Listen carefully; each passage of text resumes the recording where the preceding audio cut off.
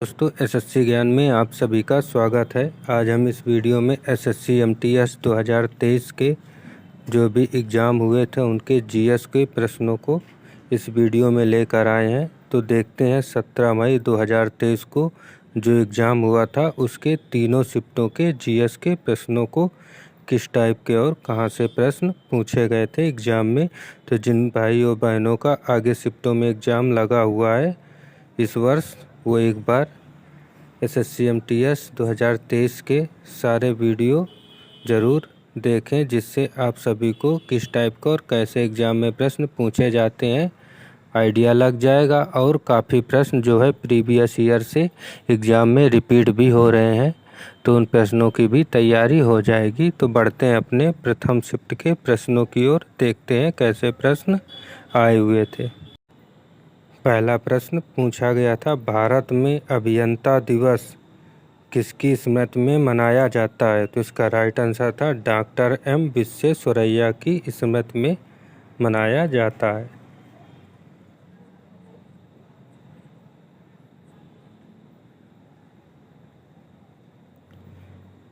फिर अगला प्रश्न पूछा था, वृक्ष और झाड़ियों की खेती क्या कहलाती है। तो इसका राइट आंसर था अर्बोरी कल्चर कहलाती है।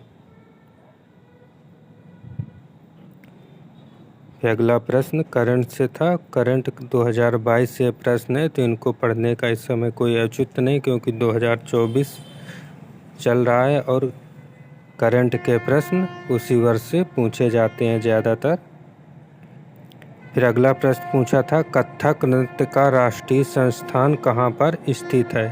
तो इसका राइट आंसर होगा नई दिल्ली में कथक नृत्य राष्ट्रीय संस्थान स्थित है।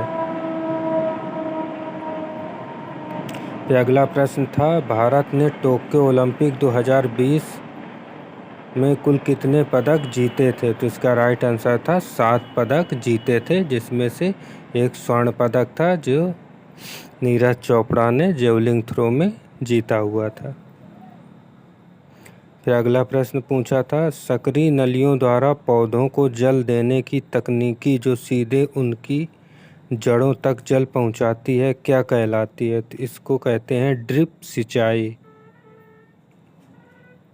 फिर अगला प्रश्न पूछा था, भारत में मेलोडी क्वीन के नाम से किसे जाना जाता है। तो इसका राइट आंसर था लता मंगेशकर को मेलोडी क्वीन के नाम से जाना जाता है। फिर अगला प्रश्न था, भारत के सर्वोच्च न्यायालय द्वारा बेटियों को उनकी पैतृक संपत्ति में समान अधिकार प्रदान करने के लिए किस अधिनियम में संशोधन किया गया है। तो इसका राइट आंसर होगा हिंदू उत्तराधिकार अधिनियम। फिर अगला प्रश्न था, भारत की सीमा कहाँ में अफ़गानिस्तान और पाकिस्तान से लगती है। तो यह उत्तर पश्चिम में अफ़गानिस्तान पाकिस्तान से लगती है। फिर अगला था, वी सत्यनारायणम शर्मा जिन्हें सत्यम के नाम से जाना जाता है निम्न में से किस नृत्य शैली से संबंधित हैं। तो इसका राइट आंसर होगा कुचिपुड़ी नृत्य शैली। और हर एक शिफ्ट में नृत्य संबंधी या भारतनाट्यम या शास्त्रीय नृत्य से ज़रूर प्रश्न पूछे जाते हैं। तो मैंने एसएससी में जितने भी इनसे संबंधित प्रश्न पूछे गए हैं जीके के शास्त्रीय नृत्यों से, उसका पूरा एक वीडियो बनाया हुआ है। तो आप सभी लोग एक बार उस वीडियो को ज़रूर देखें, जिससे आप सभी के शास्त्रीय नृत्य संबंधी सारे प्रश्न क्लियर हो जाएंगे। बढ़ते अपने अगले प्रश्न की ओर। 2011 की जनगणना के अनुसार निम्न में से किस राज्य का जनसंख्या घनत्व सर्वाधिक है। तो इसका राइट आंसर होगा बिहार राज्य। फिर अगला प्रश्न था, वर्षा को किसके नामक एक यंत्र द्वारा मापा जाता है। तो इसको वर्षा मापी द्वारा मापा जाता है। फिर अगला था, राष्ट्रकूट वंश के संस्थापक कौन थे। तो इसका राइट आंसर होगा दंती दुर्ग। फिर अगला प्रश्न था, उगादि का त्यौहार हर वर्ष हिंदू महीने में किस महीने के पहले दिन मनाया जाता है? तो इसका राइट आंसर होगा चैत्र माह के पहले दिन। फिर अगला प्रश्न था, मोतीलाल नेहरू और CR दास ने किस आंदोलन में अपनी वकालत छोड़ दी थी? तो इसका राइट आंसर होगा असहयोग आंदोलन में। फिर अगला प्रश्न पूछा गया था, one life is not enough निम्न में से किस लेखक द्वारा लिखी गई है? तो इसका राइट आंसर होगा के नटवर सिंह द्वारा। फिर अगला प्रश्न था, ऐसे पदार्थों जिनमें होकर वस्तुओं को देख तो सकते हैं परंतु बहुत स्पष्ट नहीं देखा जा सकता, उन्हें क्या कहते हैं? तो इसका राइट आंसर था पारभासी पदार्थ। फिर अगला प्रश्न था, गोपुरम या मंदिर का प्रवेश द्वार किस मंदिर स्थापत्य कला की विशेषता है? तो इसका राइट आंसर होगा दक्षिण भारतीय मंदिर स्थापत्य कला की विशेषता है। फिर अगला था, कलिंग जिसे सम्राट अशोक ने जीता था कहाँ का प्राचीन नाम है? तो इसका आंसर था तटीय उड़ीसा का प्राचीन नाम है। फिर अगला प्रश्न था, 1875 में दक्कन विद्रोह कहाँ पर हुआ था? तो इसका राइट आंसर होगा महाराष्ट्र राज्य में। फिर अगला था, निम्न में से किस अनुच्छेद में संस्कृत एवं शिक्षा के अधिकार का उल्लेख किया गया है? तो इसका राइट आंसर होगा अनुच्छेद 29 से 30 में।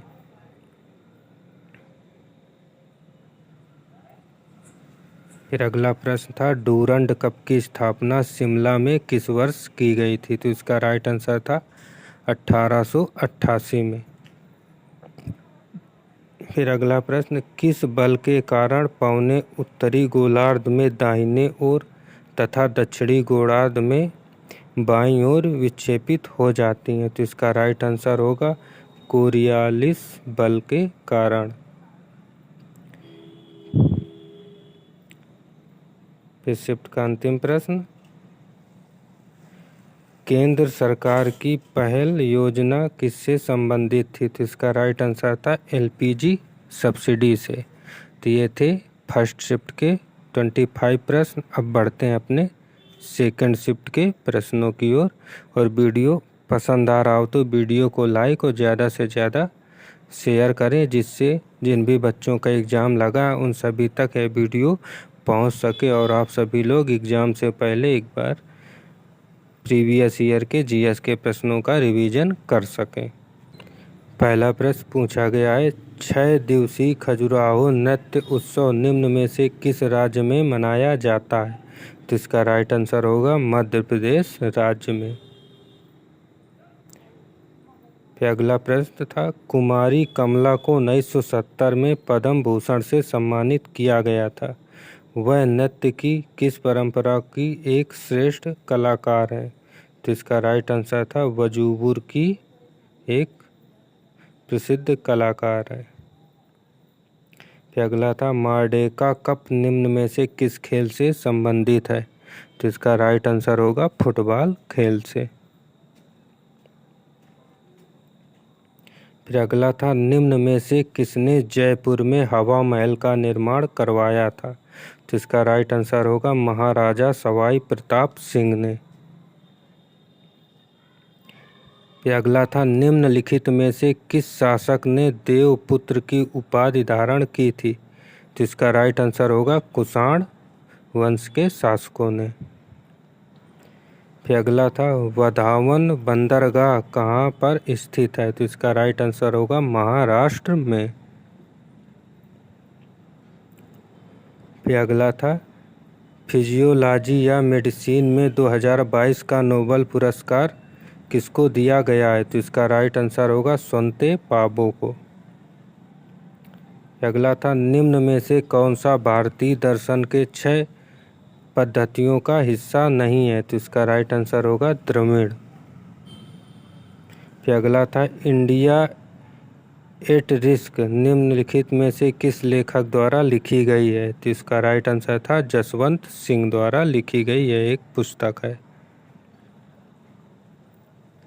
फिर अगला प्रश्न पूछा गया था, अंतर्राष्ट्रीय योग दिवस 2022 का विषय क्या था? तो इसका राइट आंसर था मानवता के लिए योग। और पूछा जाए अंतर्राष्ट्रीय योग दिवस कब मनाया जाता है, तो इसका आंसर होगा यह 21 जून को मनाया जाता है।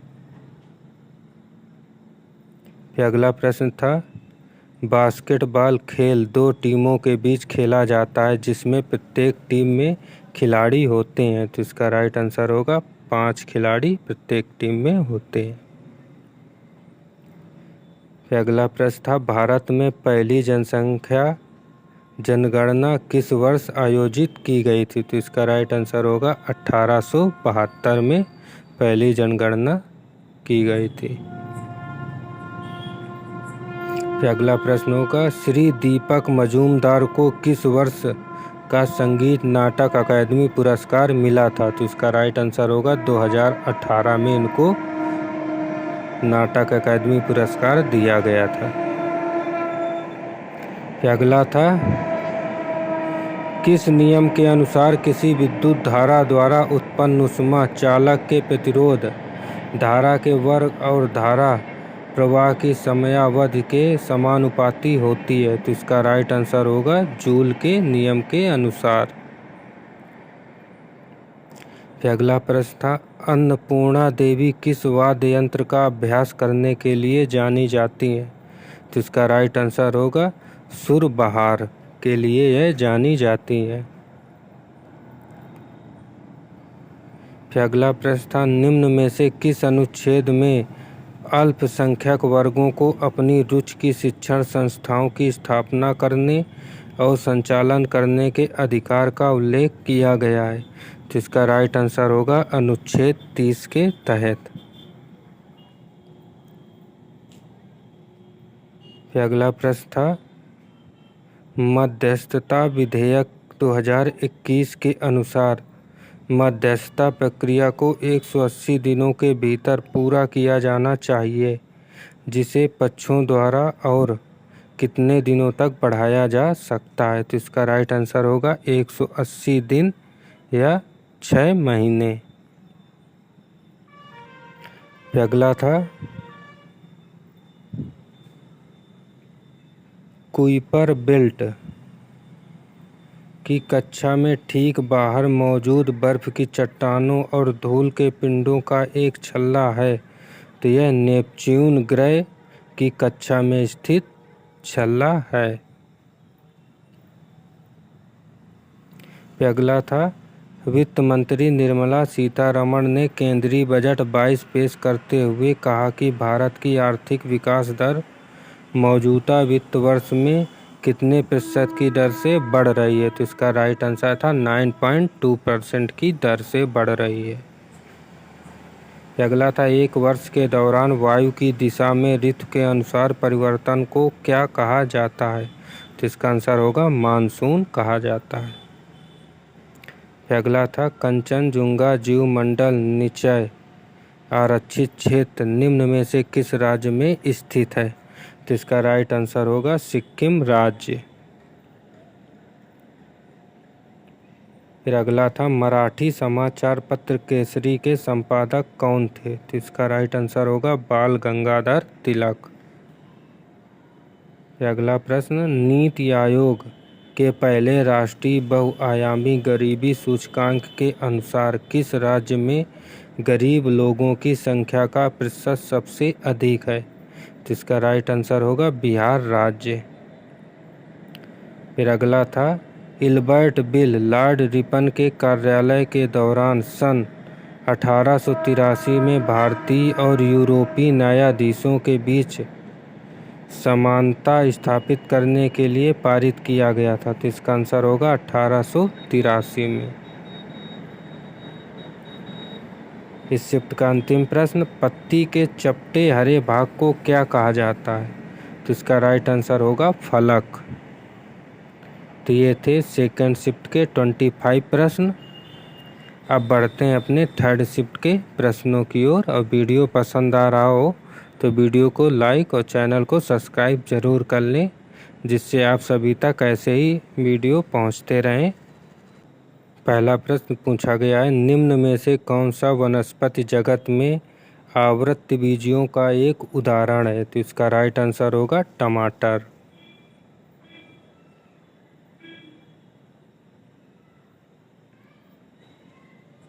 फिर अगला प्रश्न करंट से था, इसको स्किप करते हैं।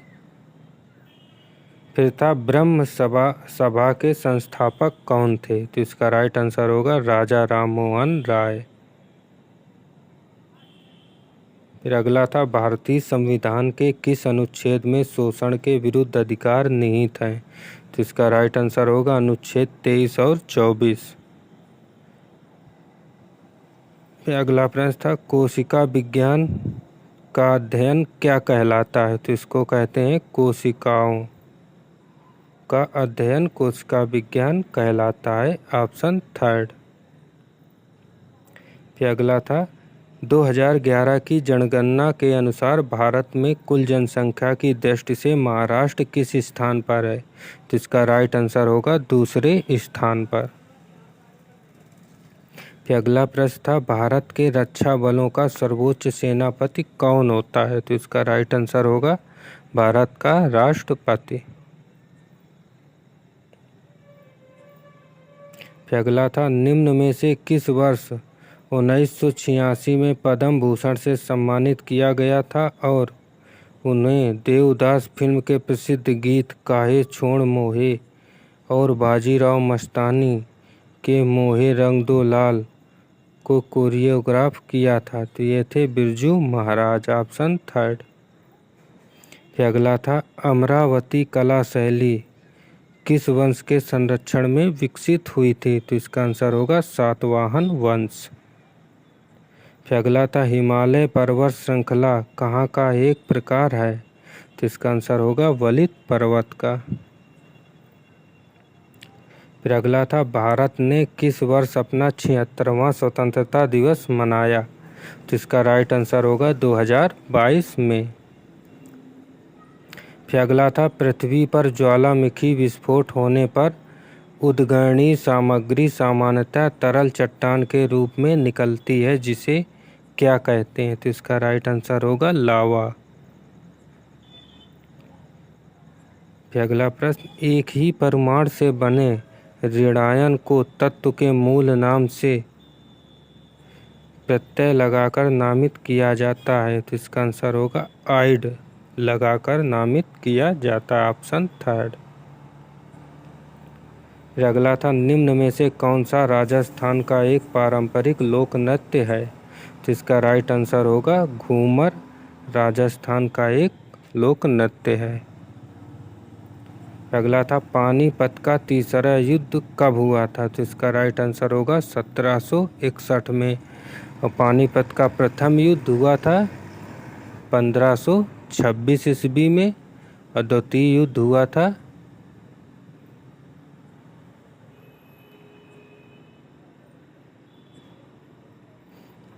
फिर अगला प्रश्न उस्ताद जाकिर हुसैन किस वादन के सबसे महान वादकों में से एक थे? तो यह थे तबला वादक। फिर अगला था जैन तथा बौद्ध धर्म जिस समय लोकप्रिय हो रहे थे उसी समय ब्राह्मणों ने 4 आश्रमों की व्यवस्था की, निम्न में से किस आश्रम की व्यवस्था नहीं की गई है? तो इसका आंसर होगा परमार्थ की व्यवस्था नहीं की गई।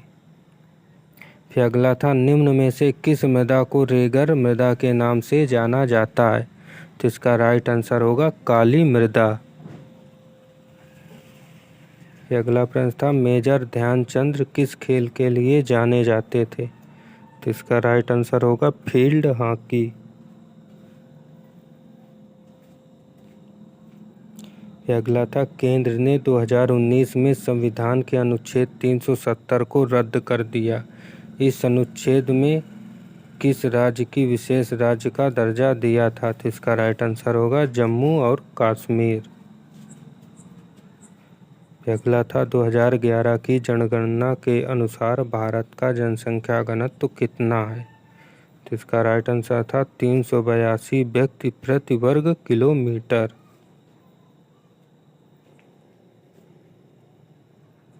फिर अगला प्रश्न था लॉन्ग वॉक टू फ्रीडम किसकी आत्मकथा है? तो इसका राइट आंसर था नेल्सन मंडेला।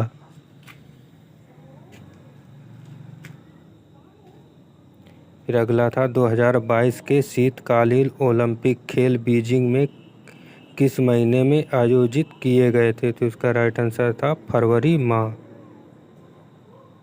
फिर अगला था भारतीय राष्ट्रीय कांग्रेस का विभाजन कब हुआ था? तो इसका आंसर होगा 1907 में। और इस शिफ्ट का अंतिम प्रश्न, केंद्रीय बैंक द्वारा देश के आर्थिक हित में बैंकों को ऋण देने के लिए प्रोत्साहित करने के लिए अपनाई जाने वाली एक विधि को क्या कहते हैं? तो इसका आंसर होगा नैतिक दबाव। तो दोस्तों ये थे थर्ड शिफ्ट के 25 और पूरे 17 मई के एग्ज़ाम के तीनों शिफ्टों के 75 प्रश्न। अगर वीडियो पसंद आया हो तो वीडियो को लाइक और चैनल को सब्सक्राइब कर लें। मिलते हैं ऐसे ही अगले वीडियो में, तब तक के लिए नमस्कार, जय हिंद।